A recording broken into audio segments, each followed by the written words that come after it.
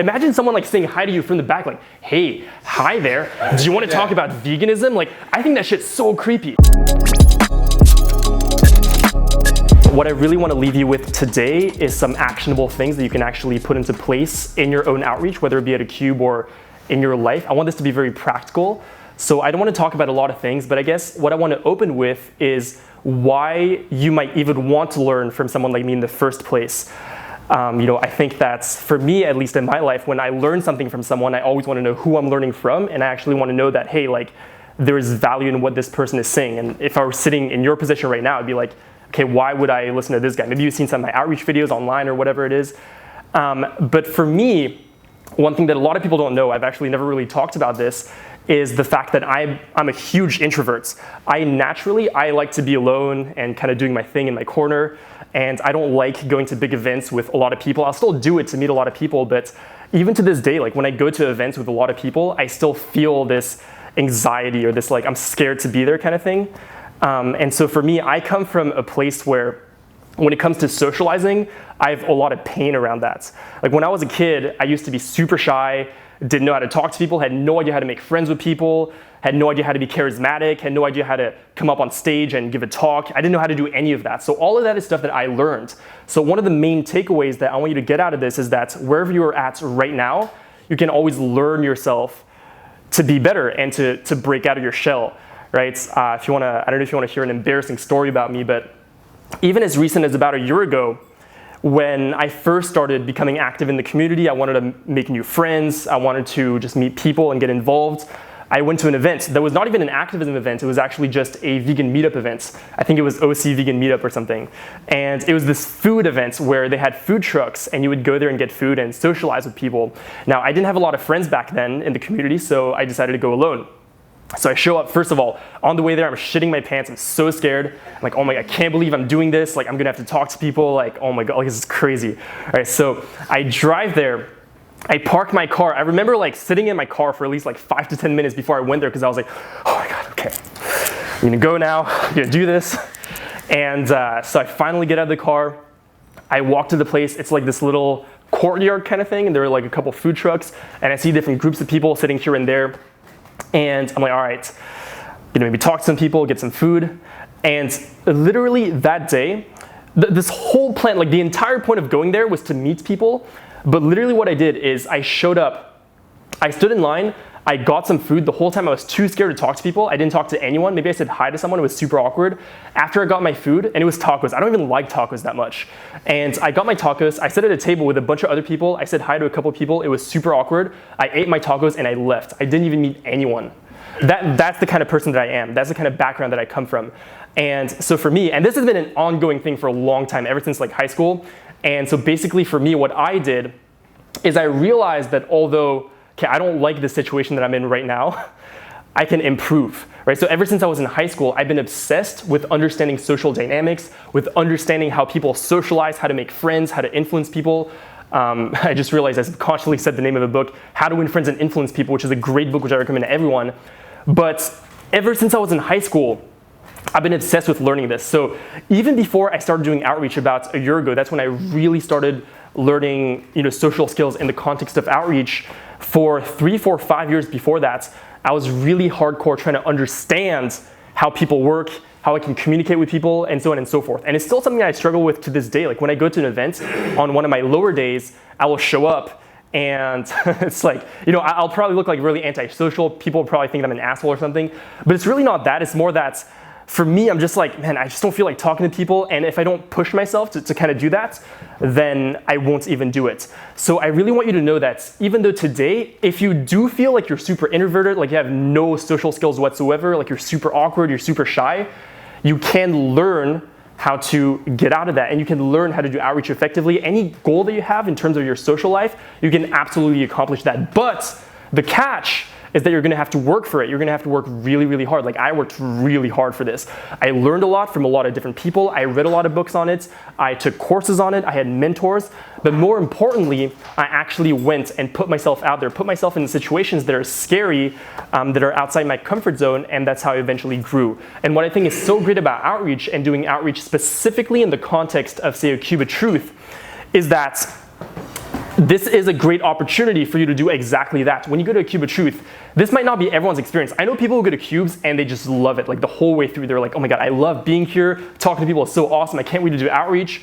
But I also know people who are scared to go to Cubes and who feel like it's scary, right? You feel like anxious going to Cubes. That's more the side that I feel on. So for me, when I go to a Cube, it's a great opportunity for me to be there and be like, you know what? This is a time where I'm gonna push myself. When I first get there, I'm like, oh man, the last thing I wanna do is to go say hi to someone and talk to them about veganism and animal rights, get mad at me and walk away. That's the last thing I want.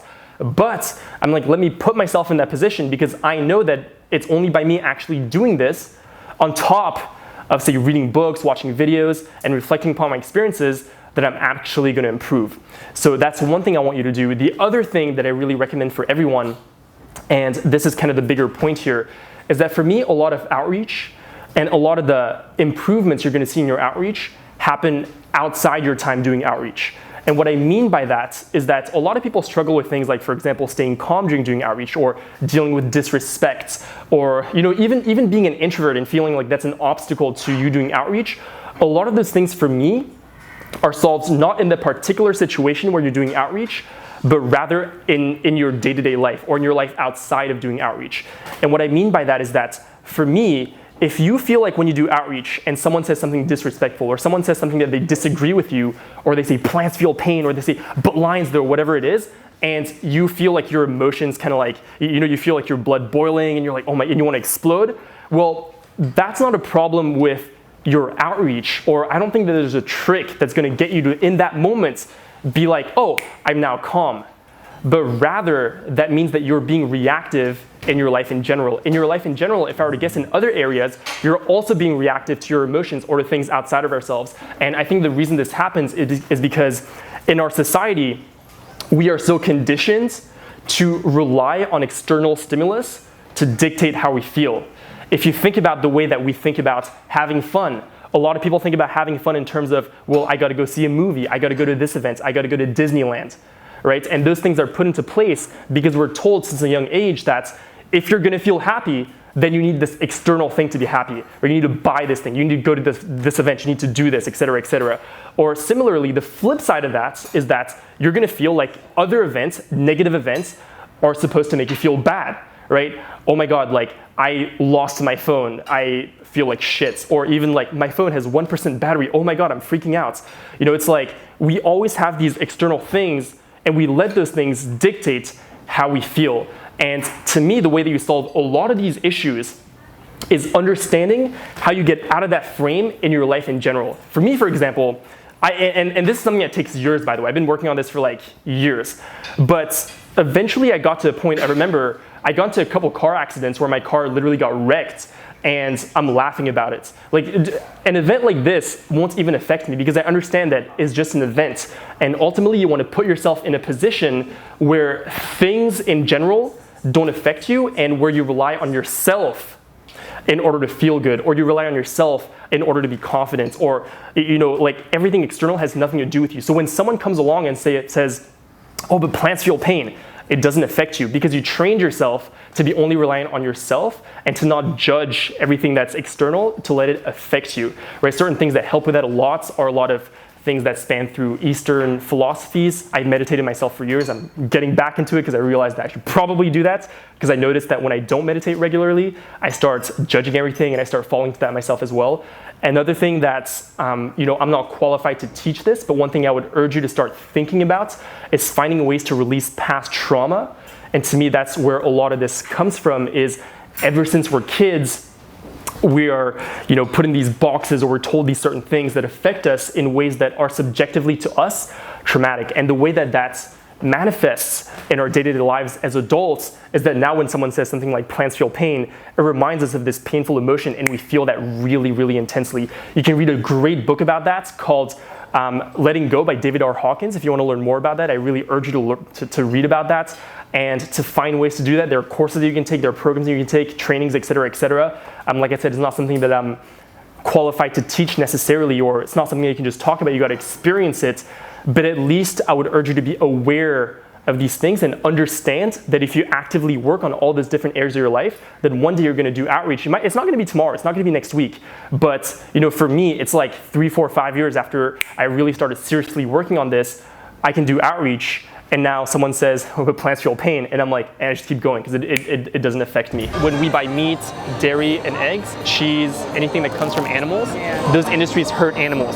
Yeah, I understand that, but don't we need like protein and stuff? Like, yeah, we need protein. I mean, like I just go look at like the Bible and stuff. It's like they used to eat cows. Yeah, absolutely. They do sacrifices. You know what I mean? So it's just like, yeah, what is really right and wrong? I think this is wrong. Obviously. I think it comes down to a question of necessity, which is, do you think that in 2019 we have to consume animal products?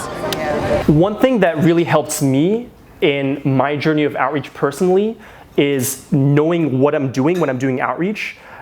Do you think that it would help you if we kind of went over some things that, when you're doing outreach, like maybe like a game plan or that sort of thing because I think one of the things that some people say is that one of the ways that you get confident is through competence. So if you know what you're doing, then you're going to be more confident. That will help with all the other things as well on top of what I talked about. I think the main really is outgrow those problems. But besides that, I think it really helps to have a plan, right? For me, for example, when I first started doing outreach, I remember not knowing what I was doing. So I would show up at a cube and I would be like, I guess we're getting people to question their beliefs, and I guess I'm gonna ask some questions. And I heard about like ask open-ended questions, but I didn't know where I was supposed to bring it, how I would go about it, what questions to ask. Like I knew none of that. So I would kind of go into it and I would intuitively be like, well, so what do you think about this? But I didn't really know what I was doing. And one thing I've developed over the time that I've been active and I've been doing outreach is a more solid game plan of not only how to run one specific outreach conversation, but even things like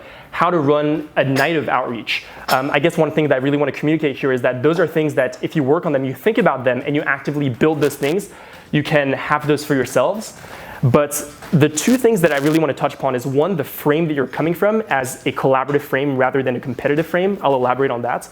And the second thing is the two focus areas that I focus on whenever I do outreach. Now the first one, the frame that you come from.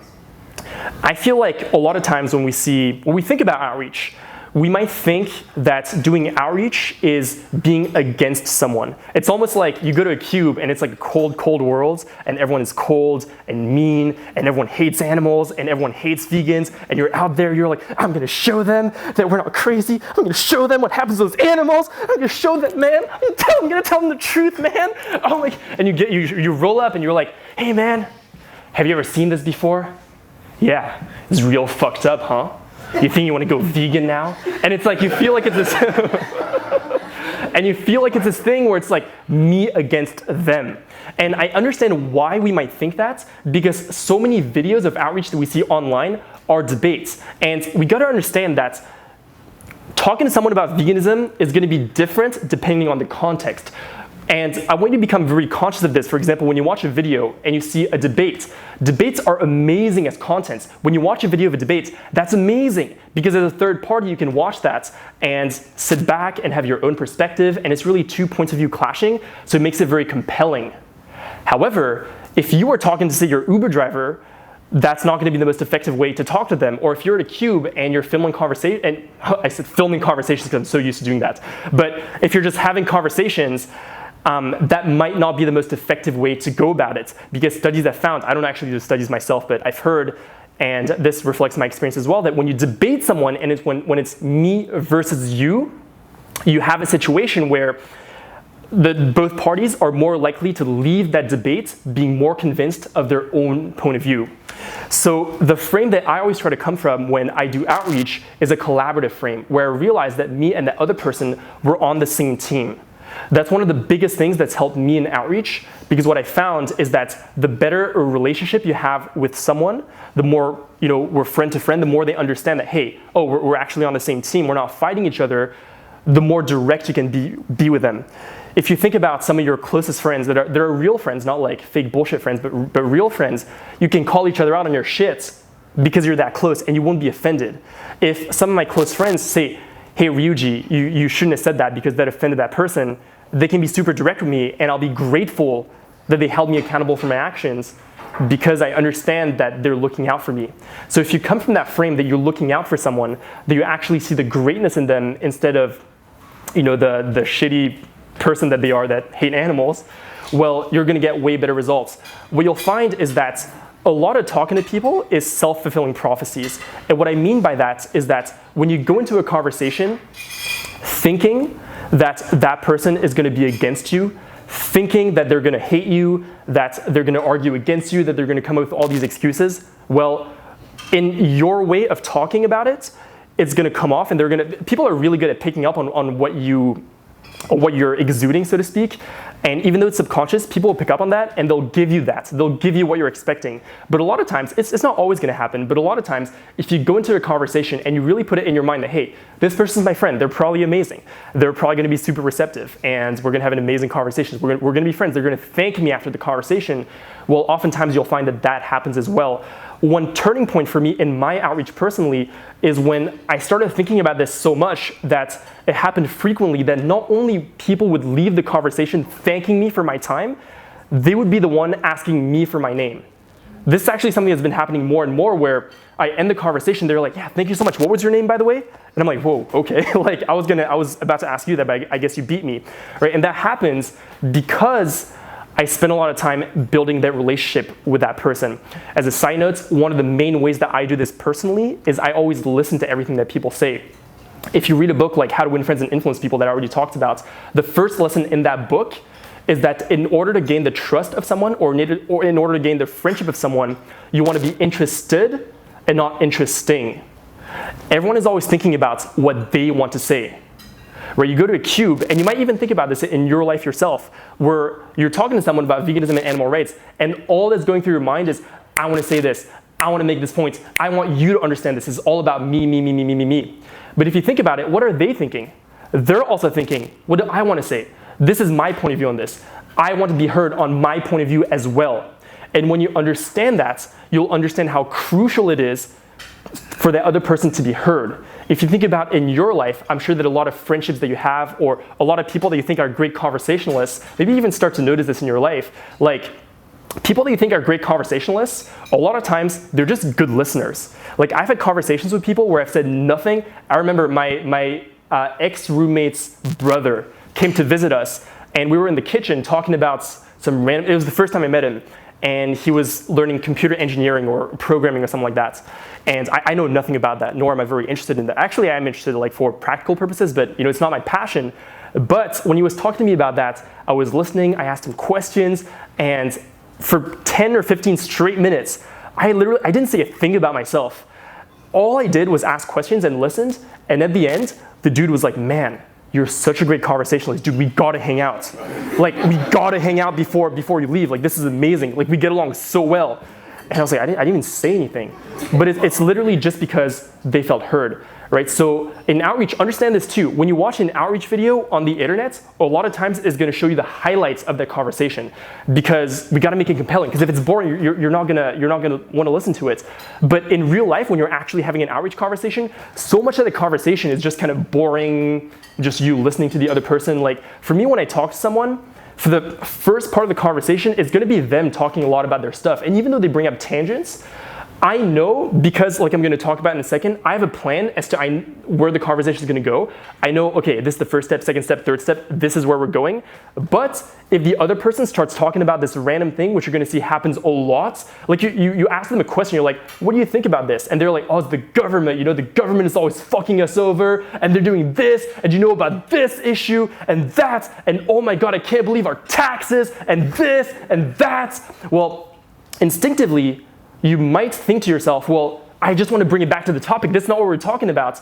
But you got to understand that in that moment, that's what they want to express. So for me, even though I know, okay, this is where we're going, I make sure to acknowledge that they're saying that. I'm like, okay, we're going down this path, and I'm not going to fight it. Anything that's not related to the conversation, I literally agree and move on. Because I'm not here to fight you on this random shit. I'm not here to fight you on politics or your opinion about some random thing, right? I don't care about that. All I care about is what we're talking about. So if they start saying oh, it's the government's fault, I'm gonna be like, yeah, these industries are heavily subsidized, and make sure that they feel heard, that I'm not against them. And then after they feel heard, then I'm gonna bring it back. So that's the first point I wanna make to you, that you really wanna come from this frame where you're being collaborative with someone, where you're like, you know what, we're friends. And I remember like, I tested so many different things. Like you always want to test things when you do outreach, right? So for me, I remember this one time, or a couple times, when I really went the opposite way, and I was like, let me fight this person. And this person was like starting to talk shit, and I would literally like cut them off, be like, no, this, it was crazy. Like the person, like this guy was like, oh, like I don't like what you're doing because, well, when you're trying to force people to go vegan, that's control. Like, that's control. And I was like, no, what's control? You forcing animals to die is control. You're the one who's being controlling. Let me ask you, what do you think is more control? And like, we went back and forth like that before he left. I did it just for fun. I thought I might make a good video. I watched it back. I hate it. What I'm proposing is other options. Right. They try to put people on some sort of vegan fast. But no. But that's called control. No. That's not control. So what I'm saying is, You paying for animals to suffer and die on your behalf.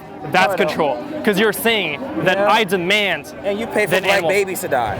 But the point is, like, that person literally walked away. And actually, the couple times I did that, the person literally walked away. Like, it didn't work. It might have been a fun video. And here's the funny thing. If I'd stayed really calm and I just asked him those really triggering questions and he just flips out, that might make a great video.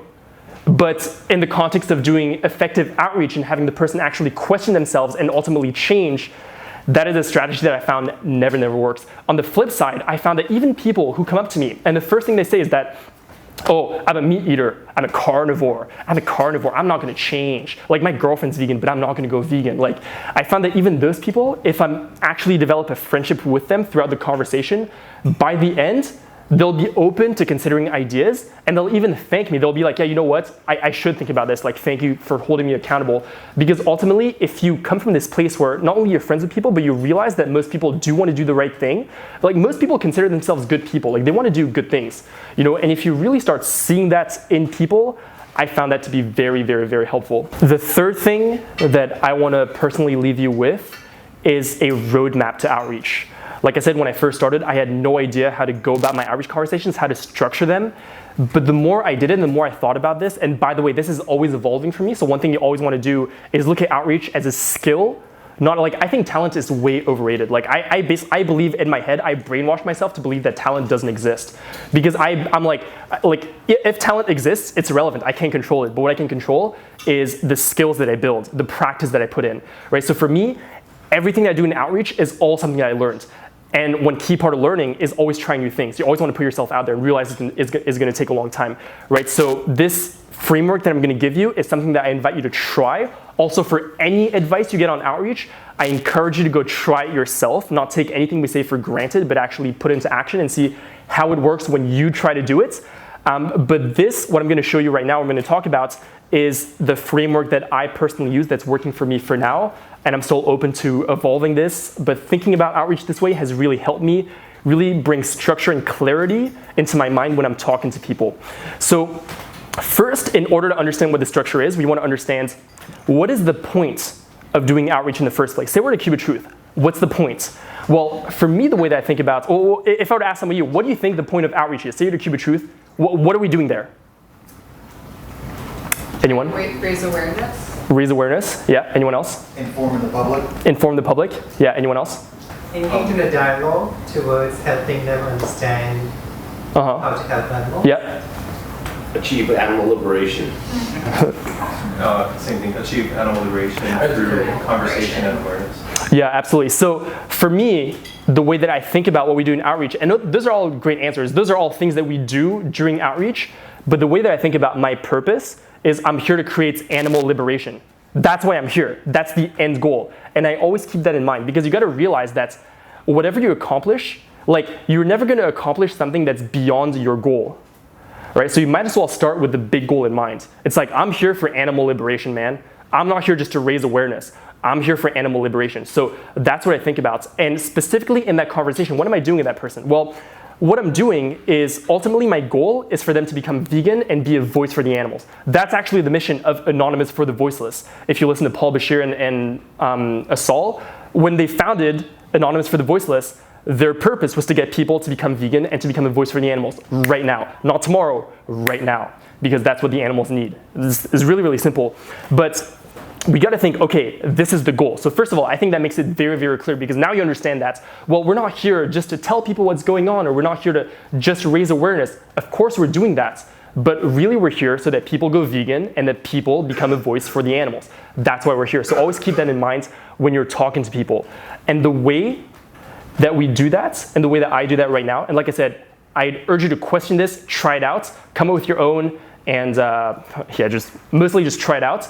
But the way that I go about it is I think about 2 big stages in my outreach. And the first one, especially at a cube, is getting people to be clear on the fact that what we're showing is wrong. I want them in their heads to be like, yeah, this situation is fucked up. Like, you're right. Like, this needs to end. Like, this is fucked up. That's the first step. And the second step after that is, what are you going to do about it? And this is so crucial because at the end of the day, we got to realize that when change is going to happen is when people are going to take action. It's great that more people know. Like, you'll even ask people, like, what do you think we could do about this? They're like, oh, I think we could raise awareness. But we got to understand that if we just raise awareness and everyone knows about this, but no one does anything about it, nothing's going to change. It's like the same. You can know about something, but knowing about something and doing something about it are 2 entirely different things. So we always want to get people to, what are you going to do about it? In many ways, that is the most important part of the conversation. But the reason that first part of realizing that this is wrong is so crucial is because unless you're both on the same page, like on the fact that this is wrong, it doesn't even make sense to talk about what are you going to do about it. Because if someone is not convinced that what's happening here is wrong, you ask them, what are you going to do about it? They're like, but I don't even want to do something about it because I kind of think it's okay, or I'm just like, I don't really care. So you got to get on that on the same page first. And what I found is that when I go about it that way, things are super, super effective. So at a cube specifically, if I'm thinking about a structure that I use, I'll go up there. Okay, one thing, I actually really want to show this. I think this would be really fun.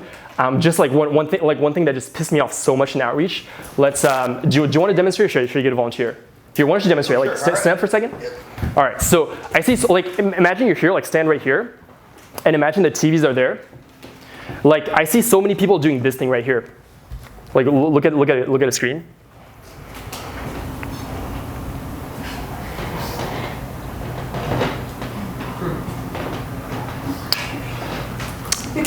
Okay. Do you have any questions? Okay, I'm exaggerating obviously, but I see this happen all the time where it's like this weird thing. And even think about this. I think the reason this happens is because of the frame that we're coming from, where I see so many people hover around people, approach people from the back. Like, I think that shit's super creepy. I'm like, imagine someone like saying hi to you from the back, like, hey, hi there. Do you want to talk about veganism? Like, I think that shit's so creepy. But I think the reason it happens is because we have this fear that, oh my God, like maybe they're going to be against me, maybe they're not going to like me, et cetera, et cetera. But what I found is that the more, I wouldn't say direct necessarily, but the more I assume that we're friends, like the way that I go up to people is I just go up to them from the front where they can see me coming. Like, I'm not trying to hide the fact that I'm going to talk to them. So I go to them from a place where they can see me coming and I'm like, hey, how's it going? And like, I'll even address them before I get there so that they know I'm coming. But after that, I ask questions, like I said, to establish that what we're talking about is wrong. So I'll say things like, hey, have you seen this type of footage before?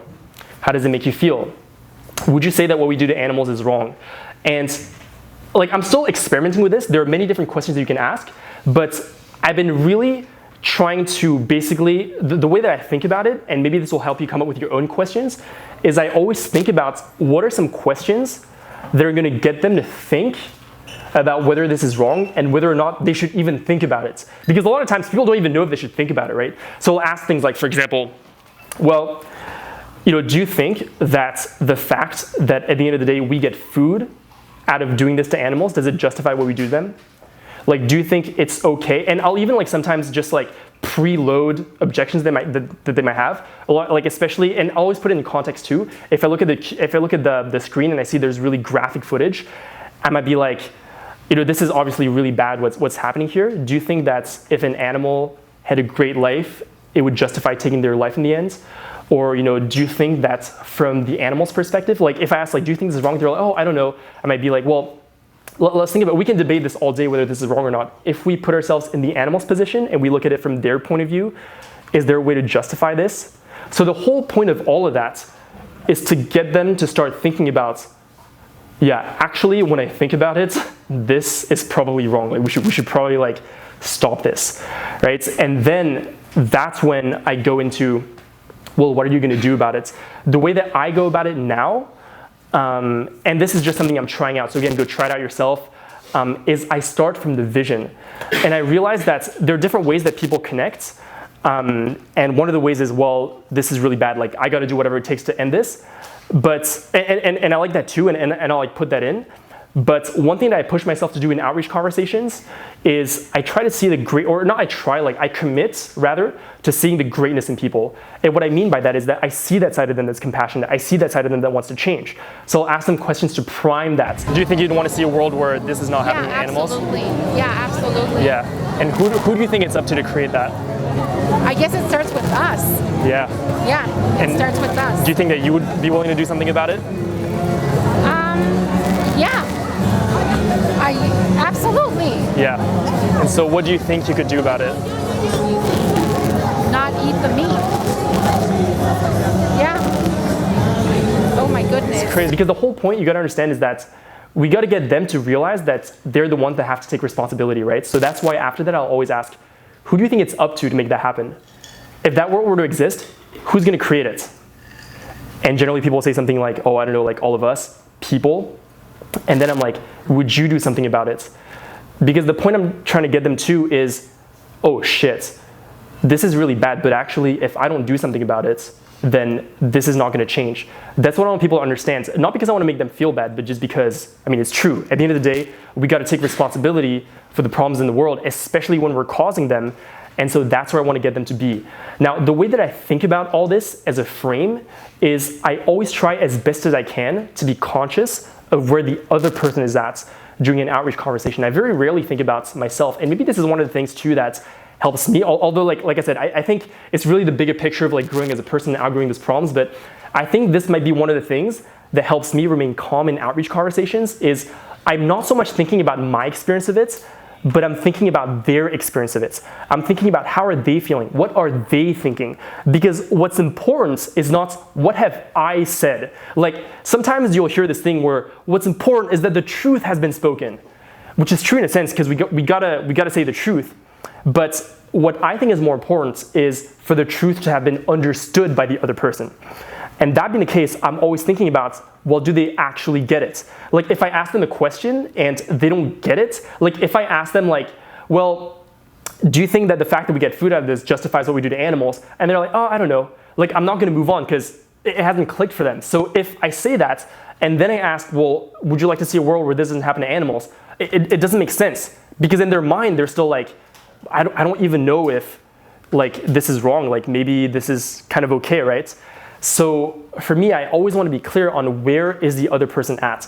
And you'll see that if you combine those two things, like just being friendly with the person in the sense that you're on the same team, you're listening to them, you don't see them as an enemy, and you try to be as much as you can empathetic to where the other person is, and you're like, okay, how are they feeling? What are they thinking? And you really start thinking about it from that point of view, then you'll see that outreach makes a lot of sense now because you know where to guide them. What I found personally is that when I talk to people and I have this game plan, like what tends to happen is that the conversation might deviate because of them, because they'll go off on tangents and things like that. I'll always listen to them and bring it back. But ultimately what happens is that either we get to the end where a lot of times, like, basically I realize that we can't control what people say. You know how people say that vegans force their beliefs down people's throats? And it's like, we can't do that. Like, if I could do that, I'd be doing that, but I can't do that. But what I can do is get you to understand certain things, right? So one of my end goals is I want people to understand that, well, what we do to animals and what's happening to animals, for us to eat them, for us to wear them, is completely unacceptable. And the way for them to do something about it is to be vegan. You'll see that in a lot of my outreach conversations, I'll say that at some point where they realize that, you know, I ask them, well, what do you think you could do about it? And be like, yeah, you know, I think I could maybe stop purchasing the products or whatever. And when they're clear on that, I'll reiterate and make it clear that, well, if you think that this is wrong, that this should end, then the least you can do in order to make that happen is to become vegan, which all that means is that we don't buy things that hurt animals. Because when we pay for those things, we're causing that to happen to animals. And I'll make that extremely clear. After that, what they do with that information, I can control that. I realized after having multiple experiences where I've had great conversations, the people are like, oh my God, you're so right. You know what? I'm definitely gonna watch Dominion. I'm gonna be vegan. This is a done deal. And we follow each other on Instagram, and like 3 months later, or like 2 weeks later, I watched their story, and they're like a Korean barbecue. And I realized that, and other times the opposite happened too, right? Sometimes like someone messaged me the other day from a cube in New York. I don't even think I filmed it or anything, but I didn't even remember we exchanged Instagrams. Maybe she just found me, but she was like, hey, you talked to me in a subway in New York City, and you know what? On this day, I decided to become vegan. So both happen, but I think it's important to understand that at the end of the day, when we're doing outreach to people, especially at a cube, all we're doing is we're having a 10 to 15 to 20 minute conversation at most. Like my conversations are between 10 and 15 minutes generally when they play out, because the other thing that will happen is that you'll be going through a thing and then they'll have to leave at some point, which is something you can't control. So if that happens, don't beat yourself up, because maybe they just had to go. They had friends, like, you can't expect them to pick you over the plans that they already had. Like if they have a movie or a date or whatever it is, they're gonna go do that, unless they think this is so important that they decide to stay, right? But sometimes they just wanna leave, and you can't always control that. So it's either they're gonna leave or they're gonna get to the end. But I think it's important to realize that, well, we can do our best, and I always push myself to make them really understand what's going on so that they ultimately take action. That's my goal.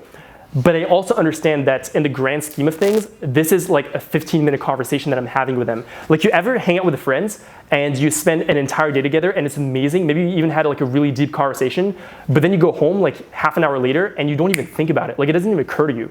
Like, that's why for me, like when I hand out a card and I'm like, hey, will you watch this documentary? Like, I mean, like I'll do that too. Like at the end, I'll always be like, hey, would you like to learn more about this? If I give you a card with some resources, it's something you'd be interested in, and I'll recommend a documentary or two. But I don't necessarily count on that, because I know for me, if I talk to someone somewhere and they're like, oh, check this out when you go home. For me, like, I was gonna say 9 times out of 10, but like 10 times out of 10, I'm not gonna do it. And maybe that's just me, that I don't check out what people recommend to me, but I don't know, like for me, I've like never in my life, and maybe it's because I'm like 23, I have no idea, and I'm just a dumbass like that, but like never in my life has someone given me a pamphlet or a card and I went home and checked it out. Like 100% of the business cards that I have are like lying somewhere waiting to be thrown in the trash. Like, that's just me personally, right? So I don't count on people to do much better than that necessarily. But I do think that if you can have those moments where people kind of have those aha moments where they really think about something for the first time, and you learn to recognize this, where you ask them a question and they're like, oh yeah, that's actually a good point. Like, I never thought about that. I think that that's something that can last and that can come back.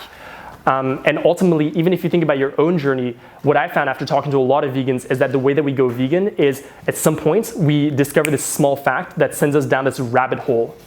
And we do our own research and we kind of think about it. And it's a lot of like, that's what I found. And what I realized is that, oh, that makes sense. Because when someone goes down the rabbit hole, they're spending hours or sometimes even multiple days researching all these different things. Maybe like you probably relate to this, where you just like research it and look at all these different industries, watch all these videos, and it's like hours and hours and hours. Of course, your 15-minute conversation with them on the streets with like competing street performers is not going to compete with them in their house in front of their computer doing research for hours and hours and hours, right? So for me, like, even though I will always, like, this is not an excuse to be like, let people off easy, but it does a couple things. First, I don't overanalyze, like not that I don't overanalyze everything, it's more that I don't overjudge everything, so that for me, if a conversation goes super well or not very well, it doesn't affect necessarily like how my night is going. I'm just like, okay, cool, that was another conversation, let's move on. And the other thing is, it also opens up the space to do what we talked about first, which is experiment in your outreach conversations. When you don't have so much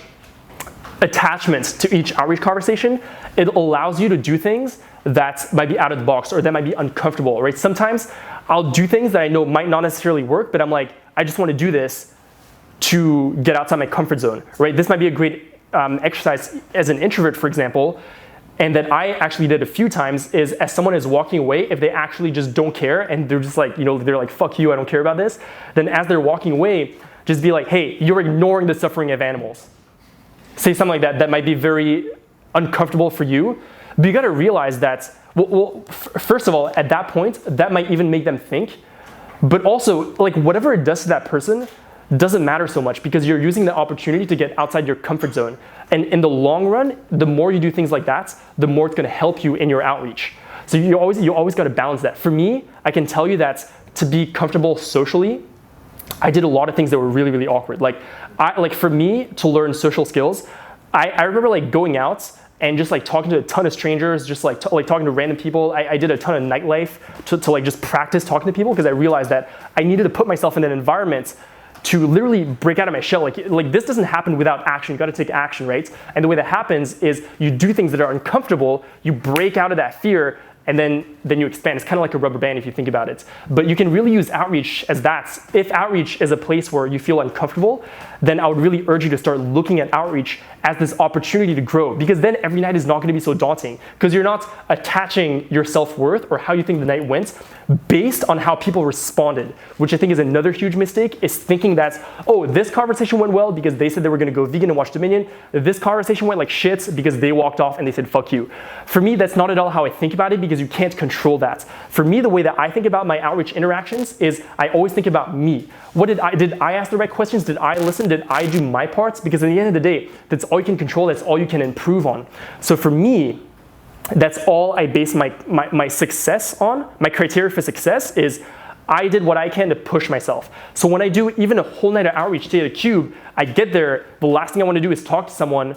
I know, like I have these processes in place, like a very simple one that you can do is just keep opening new people and keep getting yourself to new interactions. Because the more you get yourself in that flow without judging each interaction, for me what happens is that at a certain point, I just get more used to it and I'm just more natural, everything goes better. Like the first 2-3 conversations of every night that I do outreach is generally pretty awkward. And I might not even like hold them accountable the way that I'm supposed to. Like one thing we want to do is like, like I said, make people understand that, hey, if you think this is wrong, then you gotta be vegan. Well, sometimes I don't do that at first because I'm just scared and I'm not used to talking. Like maybe I was working all day and I'm like not in a social mood, right? But that's fine. Those are just the first 2-3 conversations. I'm like, all right, you know what? I didn't want to do it. I did it anyways. Great, that was awesome. Move on. Next. And you build and you build and you build and you build. So by the time you're in your 5th, 6th, 7th, 8th conversation, you're more in a flow and you're able to actually apply everything that happens. And you can even look at this throughout your life in general. One thing that I saw helped me a lot is when I started doing outreach more and more regularly. I found that if I outreach people more regularly, it becomes easier and easier and easier. That's kind of ironic because I haven't done outreach for a while as I'm sitting up here, which is bad. But I remember, for example, when we were in New York doing the Week of Truth, and it was like 8 days straight of a week of truth, of a cube of truth, is like by day 8, it was like so natural to me. Like it was like literally, I remember coming back to a vigil here, and this is not about outreach, but like we were at a vigil and we were about to take a group picture and I posed and I'm like, I literally like, that's how like normal it was for me to do outreach, right? So the more you can put yourself in this situation, then the better you're gonna do.